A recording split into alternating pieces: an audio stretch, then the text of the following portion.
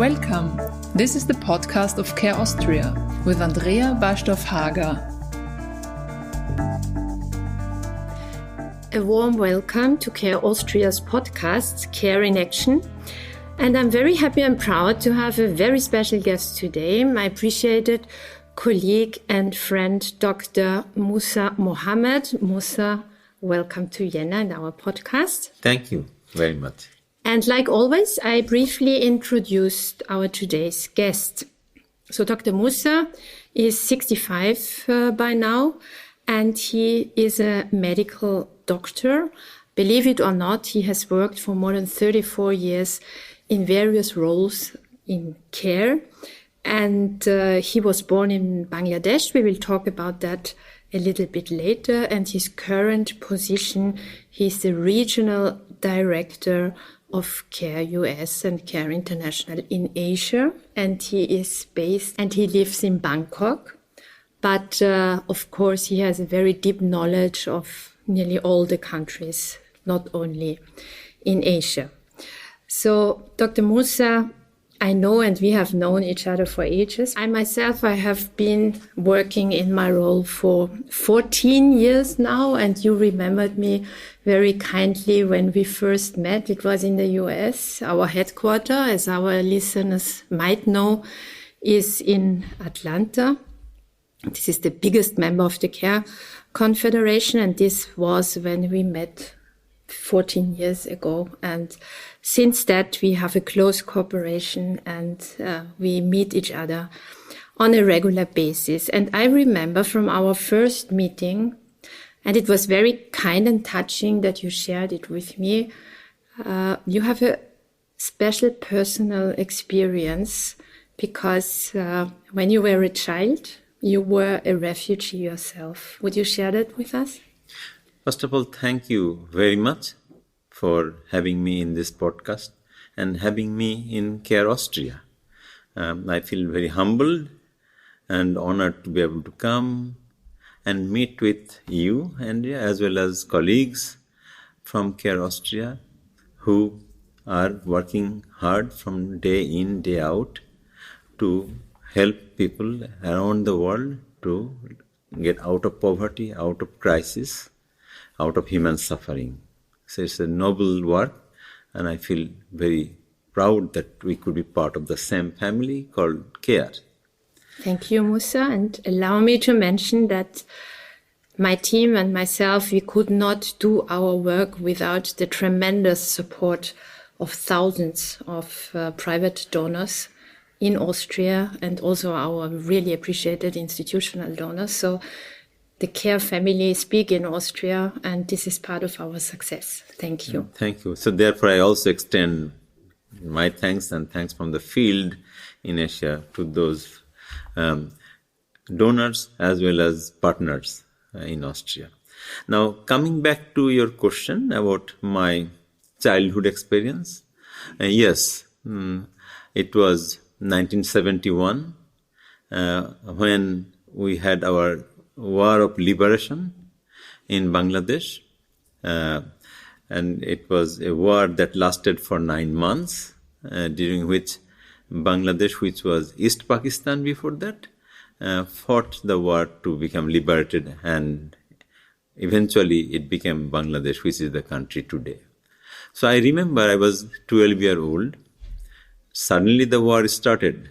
There was an attack and genocide. Where did you live at that time? Did you live in the capital in Dhaka?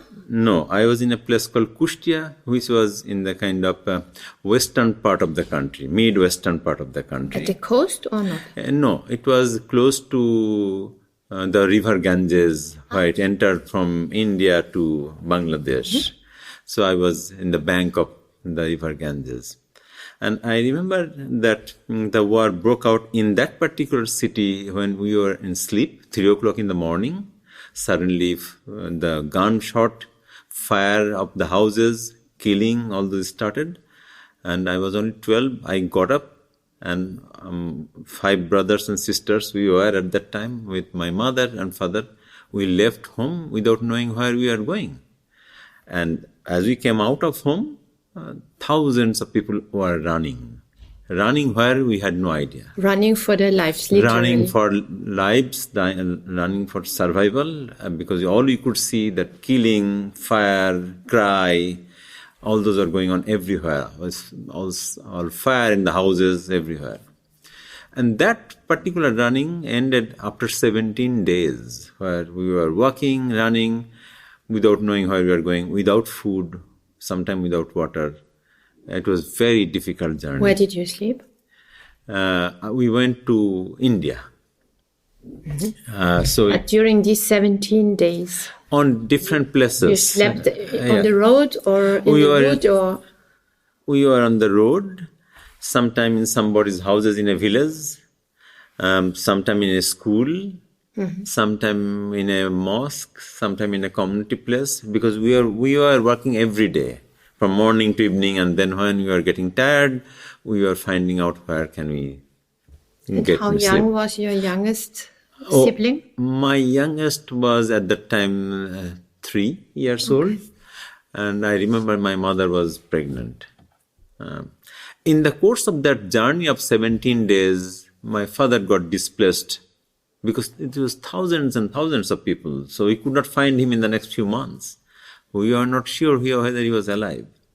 So he crossed the border, went to the West Bengal state of India, and then it was a refugee camp and a tent. So we were there. And as we were there, the remaining part of the many months, we were there. And we settled in a tent. And given the fact that I was the eldest son of that family, in fact, eldest child of that family, one of my job was to get food. And ways of getting food was to get into the queue in the morning where the relief food were being distributed. So, CARE was one of the organizations who were distributing foods. It's corn, soya milk, I still remember, powdered.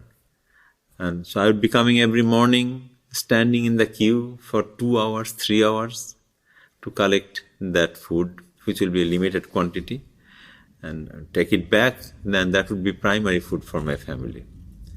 That was my first encounter with CARE. First time I learned about CARE.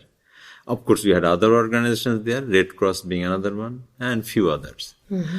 And by doing that, by living in the tent, by collecting food, taking care of family, and my mother was pregnant, I learned about the feeling that a refugee mm-hmm. child might have. I went through myself.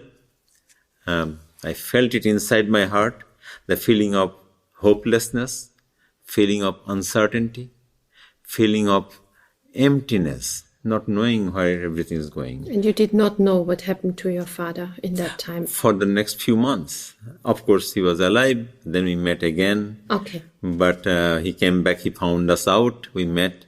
But meanwhile, 2-3 months, we did not know where he was. And you were lucky that you still had your mother, right? We were lucky that we had mother. Our brothers and sisters were together. I was the eldest son. Many of my friends didn't have that. But in the course, when we were running, many killings happened in front of my eyes. So I was a 12-year child. I saw only maybe 30 meters away from me, another child of my age was being shot and killed. I saw one of my uncle, he was slaughtered because at that time those who were causing genocide, they didn't want to use all the bullets because bullets were expensive. So they slaughtered. So all those I saw houses burning, I saw people are being killed, I saw many other things. You will never forget it, right? It was a trauma that affected me a lot. I couldn't as sleep. A child, you could not deal with the trauma because you were not a doctor then. No. You could not have the diagnosis, I'm traumatized, I have to get help. Did you get any help on that? No, nobody was. Psychosocial issues were not an issue at that time. Issue was we were hungry. Mm-hmm. How do you get the food? Where would we stay? Where can you get treatment for healthcare? So, immediate needs are the biggest need. It was not the need of my psychosocial well-being. But one interesting thing within all those, that I knew it was not just me. It was many families, our neighbors, our friends, our families. Everybody was suffering. So everybody saw those kind of situation. So we kind of became like a stone. Feelings were less, our immediate needs were more important. So focused on survival, one could Focused say. on fully survival. That's what, that how can I feed my family and ourselves when we were hungry. And your younger sisters, did they cry the whole day, or how did they deal with it? They were crying, but they were also kind of coming back, knowing our mother was pregnant. She could not do a lot. It was advanced stage. So each of us became responsible for something. My sister, she would cook. Okay. I would collect food. And within all this, we could never feed full stomach food to us. Always hungry. That I remember. It was 1971. Always some level of hunger would remain. So it is never enough. It was never enough because how much you can get. But we were lucky that we left back for our village home midway through the war, because in the middle it became a little bit settled. War was going on, it was guerrilla fight, so we returned back slowly, went to our village home where not many Pakistani armies or others were there, so we could settle back. And the house was still there? Village house was there, because when I ran away, it was in a small town. That we could not go back during the war. Okay. But in a rural area where my grandfather was from, there is a small house still there. So when we learned that that's the place where we can go back and it's relative safety there, we went back there after 4 or 5 months. After 4 or 5 months in the refugee In the camp. tent, yeah, in the refugee camp. Did you feel sort of welcome in India? Did you have this feeling, so we are over the border now, now we are in safety, or don't you remember that? I know that we received a tent, we received food, and I know that the authorities were supportive, but I don't remember whether it was a lot of welcoming situation or not. We all knew that we were busy with how do we survive within that. So that was the primary feeling at that time. In addition, as time was going, we were feeling like whether we would go back to school anymore. So more and more reasons for feeling uncertain, hopeless was coming back. At one time we were feeling this war will never end and we'll never go to school. Maybe my life will be ending there in that kind of situation. And that's one of the reasons my mother decided that let's go back to village home. And by that time my father came back, we went together. But in village home, even we did not have food. All villagers were suffering because nobody could participate in any economic activities. So everybody was suffering because war was going on. So it was much too dangerous to do agriculture and all the things. And that was one of the year when there was a big flood also. Okay. So, in addition. So when bad thing happens, possibly many things happen together. So the crop failure happened that year. So it was not a good year. And when did life become a bit more normal? Eventually, after 9 months of the war, we got liberated. I feel in Bangladesh we were fortunate. And none of us were expecting that this war will end in 9 months. But we had a big fight. There were Bangladeshi freedom fighters who were fighting. Then they were supported globally, internationally, including India supported us. So the war ended at the end of 9 months and the Bangladesh born. So it was a kind of relatively pleasant surprise because even a couple of months before the war ended, we were not sure that it will end so quickly.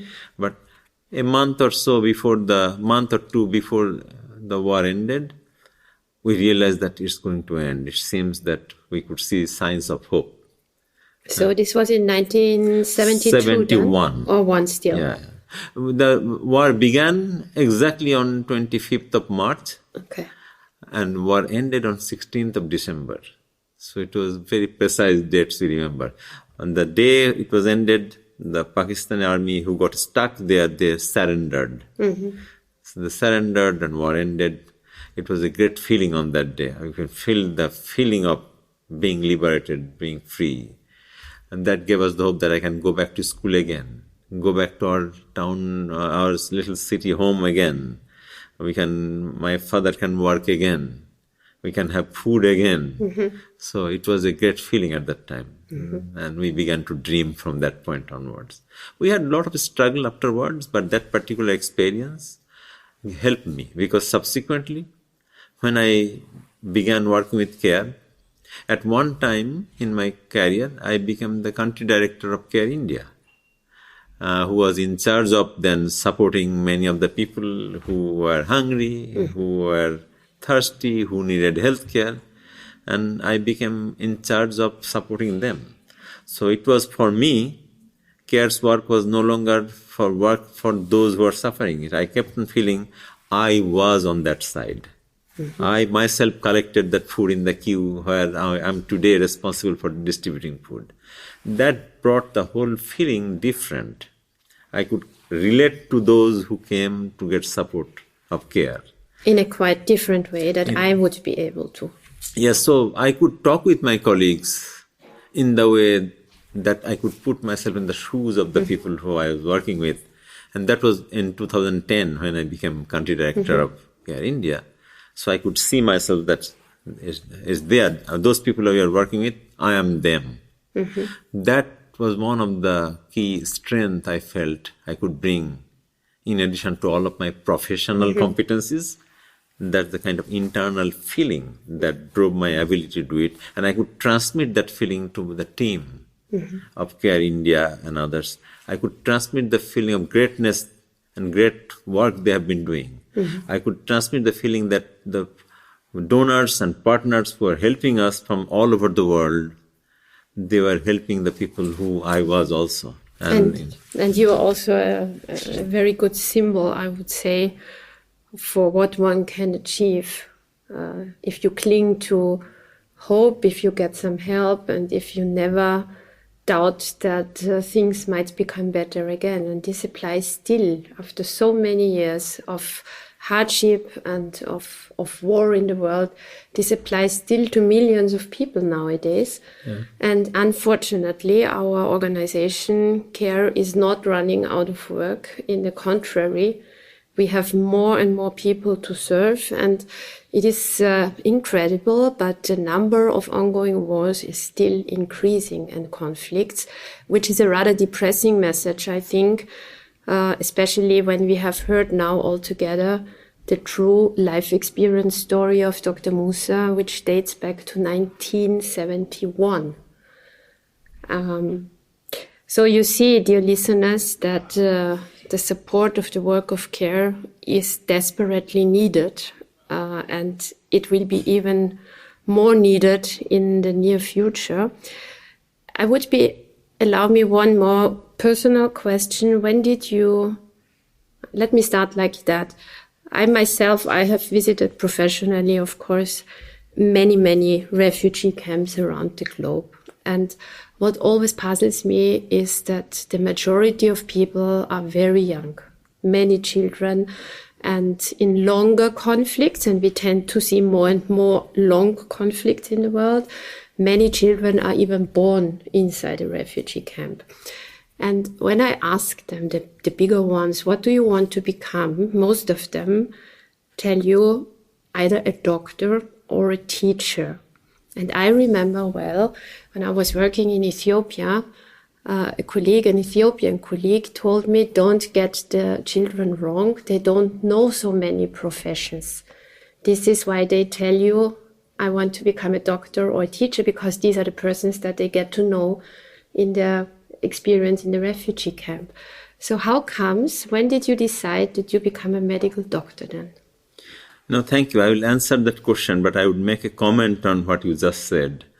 And that's again based on my personal experience, that despite all those hopelessness and the feeling of emptiness in refugee camp, the dream of a better future do not go away. They remain. And that's the time organizations like CARE and others can stand beside those kids, the children, their families, their mothers, and reaffirm the value of their lives. Give them the hope, because that's the time still kids would like to dream for a future. You are right that the desire to become doctor or teacher are only two professions, but basically what it means that they want a better life where they can play a role to contribute to the other people's lives. Because if you look into that, doctor is about others, serving others. Teacher is about others, serving students. That dream even gets more stronger. So thank you for bringing that. Now coming back when I wanted to become doctor, that's another story. I am from a rural town in Bangladesh, and my family was more or less educated. My mother had education, college. My father had education. It still, I remember one of my youngest brothers, he developed diarrhea. It's a loose motion. And he suffered from the diarrheal disease for 3 days, lot of loose motion. He was only 1.5 years old when that happened. During those 3 days, from the day 2, he wanted to drink water because he was thirsty. So he was crawling, because he was only 1.5 years old, could not walk, crawling towards the water pitcher. And I remember my grandmother would pull him away from water with the belief that the water will cause harm to him, thinking that drinking water will increase his liquid motion, loose motion. Mm-hmm. So at the end of 3 days, he died. He passed away. And only then we learned from doctor that actually if we have given him water on that day, he possibly would not have suffered from dehydration and electrolyte imbalances that could have happened with coconut water in addition. He possibly would have survived. And I felt, despite that fact that my mother had school, college education, my father had education, we could not help my brother to survive. It was a very painful experience.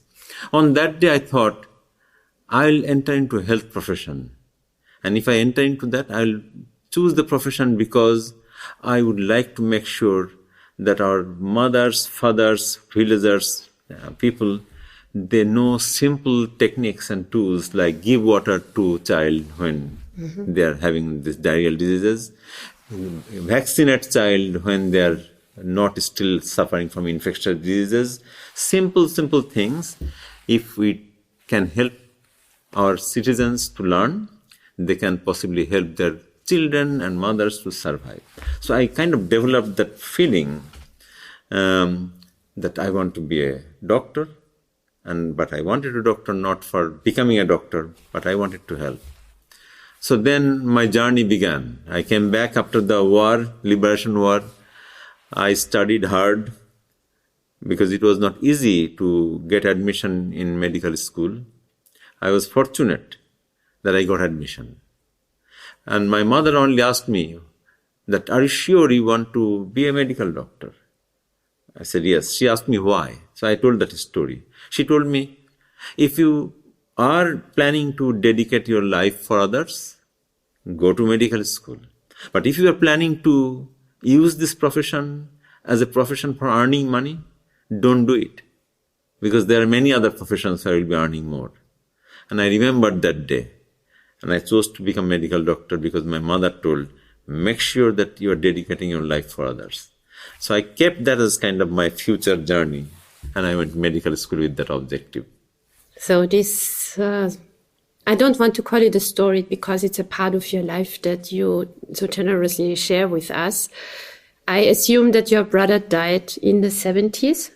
He died in exactly 1970, a year before the war broke out. Okay, so 50 years ago. And we very often hear and read, and I'm sure this is also true for our listeners, that children in some Asian and African countries, also in former times in Europe, possibly can die from such simple things like diarrhea, where it's really easy to get treatment. And it was also in the 70s possible to get treatment. So again, this is the daily life of millions of people who have not access to primary health care, because we are talking about primary health care. And just to remember all of us when the world suffered from this enormous pandemic, COVID, and I know that also in Asia, in Asian countries, there was a certain reluctance to getting vaccinated, and the same here, very much here. This experience paints a bit of a different story, because medicine is something that is life-saving, and millions of people are still, just because of poverty, lack of knowledge, lack of access to education, to clean water, they lose their lives because of some small incidents. And this is where the work, the humanitarian work of care starts, and this is why it is still so important. Care helps all those people to fill the gaps that they are facing and suffering from because of isolation, living in poverty, or simply the possibility not to go to school is simply not there. And when we talk about Bangladesh today, it's a proud nation, a proud country. It's super densely populated, right? And it always has a high impact on my professional views to visit refugee camps. And we might remember that the Rohingyas that are living in the south of Bangladesh, in the largest refugee camp of the world, I would say they are sort of forgotten humanitarian crisis. And this is something that Care Austria is really focusing on, those humanitarian crises that are long-lasting, that are not in the media any longer, and that really millions of people suffer from. And the Rohingya are such an example, and Care Bangladesh and Care in Asia is supporting them. So what comes to your mind when you think about the Rohingya camp? What is the first? Is it again that you think this could be me, or I was like them? Definitely, when major influx took place from Myanmar to Bangladesh, especially in 2017, I was there. I had the opportunity to see those people, meet those people who are coming in. They did not come in one day. They were keeping on coming over the months. And I had that feeling that I know who are coming. I know the feeling they have. I know their reasons why they are kind of hopeless. Their eyes were vacant. So definitely I felt in that way. But then, like I had the opportunity to have a tent, they also had shelter, temporary shelter, and then a little bit more farmer shelter in the camps. And we began to work. As Care, we began to work not only with the immediate needs of those Rohingya refugees, be it children, be it their mothers, be it the youth, be it other groups. We began to work with them, and but also we managed some of the camps on behalf of a large consortium. That management entailed making sure that you provide holistic support. Holistic means a support not just for one thing, not for just health, not for just food, not for just water, it's not for just education. Mm-hmm. You come up with programs that can meet the needs of basic services. And daily life. And that daily enables a certain routine, right? Yeah. And enables so that people can daily survive. Life. Mm-hmm. Now, with time, as you rightly said, that in 2017, in 2018, they were in media. But over time, it's a kind of forgotten issue. But those people are there. They're still suffering. They're still facing the challenges. Some of the unique things that I did not notice in 1971, I did not notice when I was in the refugee camp. I began to notice was like issue of how adolescent girls were facing insecurities. It was new learning.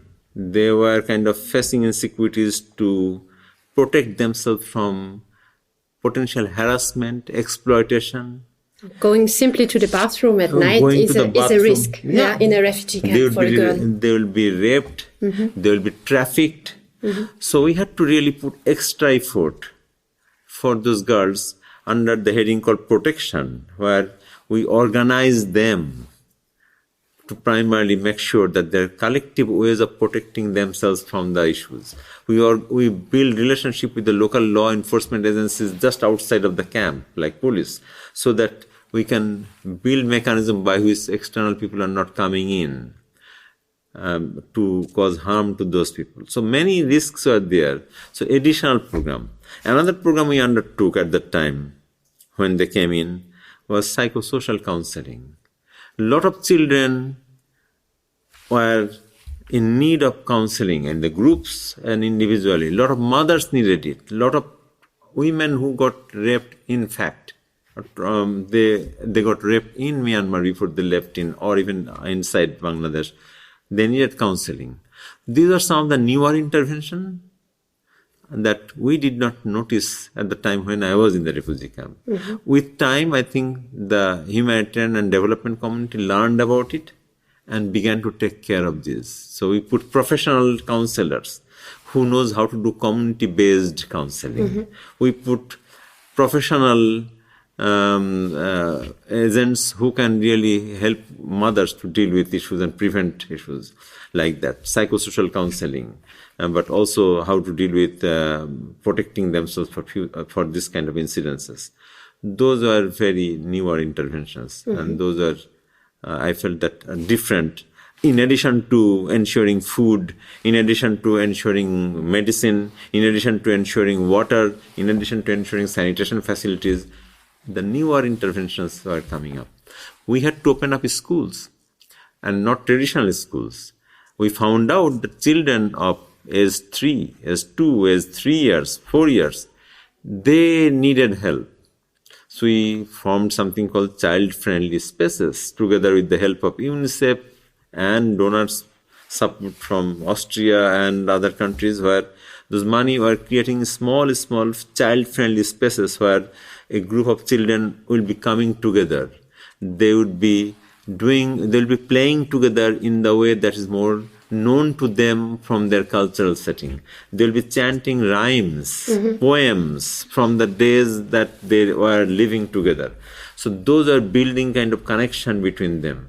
So these are some of the newer interventions we did, which are extremely impactful, extremely helpful, and those are still continuing. We are building on those. Dr. Musa now provided really some good insight in two things that I want to highlight and repeat them even. So you have heard now that never one single international organization works in a given refugee camp. It's always a joint effort, because it would be a far too big and too expensive task for one organization only. And I'm often asked, do you do that in a coordinated manner? Yes, of course. Normally it is coordinated under the United Nations. It might also be coordinated under the state where the refugee camp is based. And it is always in a professional and coordinated manner. The second thing I want to highlight for you is that you have now heard a lot of examples why CARE is focusing on women and girls also in emergency work. I'm so often asked, do you only help women and girls? No, of course not. But they are a special focus group that we are concentrating on and that we are especially addressing. Yeah, because Dr. Musa said it when he was 12 years old in the refugee camp, he could go to the bathroom at night. This was not an issue, right? You were never harassed or something. But as a girl of 8 or 10 or 12, you are a nearly young adult. You're really exposed. And sometimes such simple things like light is an issue. Yeah. And this is the speciality of the global humanitarian work of CARE, that we respond to the special needs of women and girls. And of course, humanitarian aid always helps men, boys, women, and girls. So I think this is really quite impressive how you shared it with us. And something that I want, before we close, I want to ask you, because you were relatively, don't misunderstand me, it's long enough, but relatively short in this refugee camp. Today, at least the crises that I have been working with, people spend years in refugee camps. And I think this adds another level of despair and frustration. And this also is very true for most of the Rohingya, right? After 6 years, it is difficult to plan a future. You are so right that the life of refugee, when they do not know where their life is going to go to, it's extremely hopeless.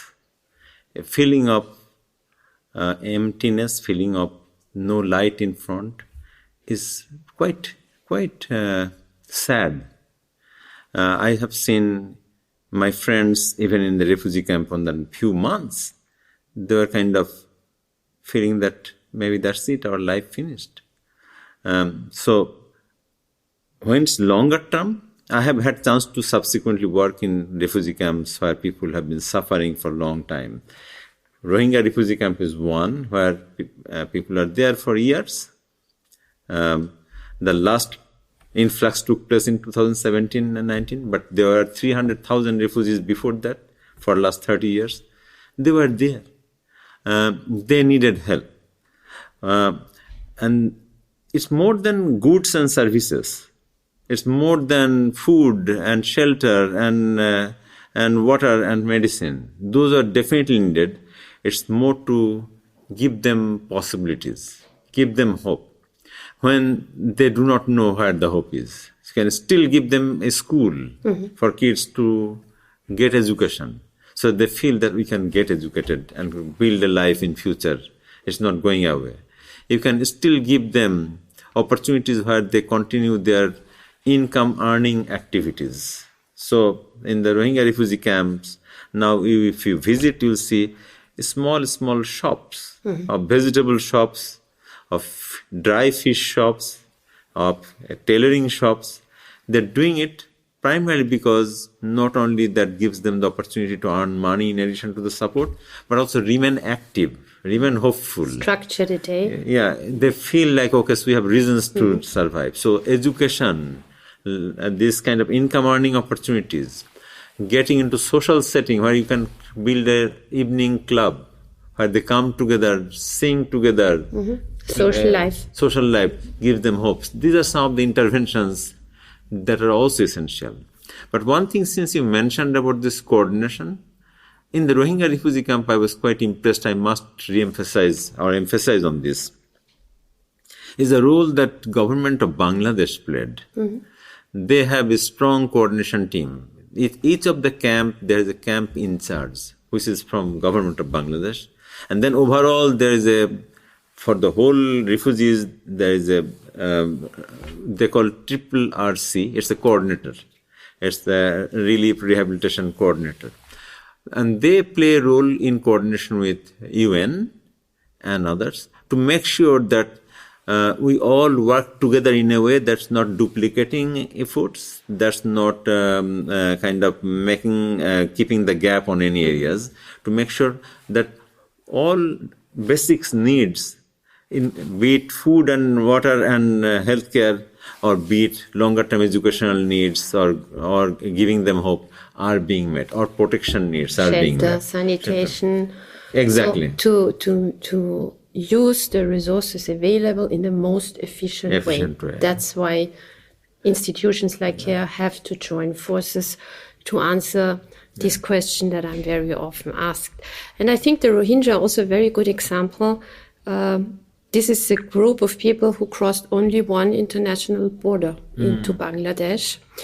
And in my closing words, I would like to remind us, and I really do hope that the story of Dr. Musa helps all of us maybe to shed a little bit of different light also on the thousands of refugees that are at the frontiers and inside the European Union, and how we look at them and how we live with them. Because nobody becomes a refugee just to have a pleasant life. This is the worst hardship that a human being can experience. Dr. Musa, I really appreciate that you shared your personal life history with us. We do wish you lots of success, and we are really looking forward to our future cooperation. Thank you so much. Thank you very much for having me. It's been an honor to be able to speak with you and partner with CARE Austria. We are grateful that we can work together between us and our colleagues in CARE Austria, but also our colleagues in larger Europe. This means a lot that we care about the world that we would like to see together. Thank you very much, and looking forward to continued cooperation. Thank you.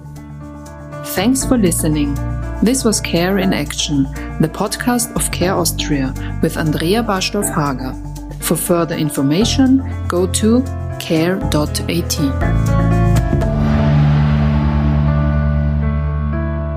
Sponsored by CC Real.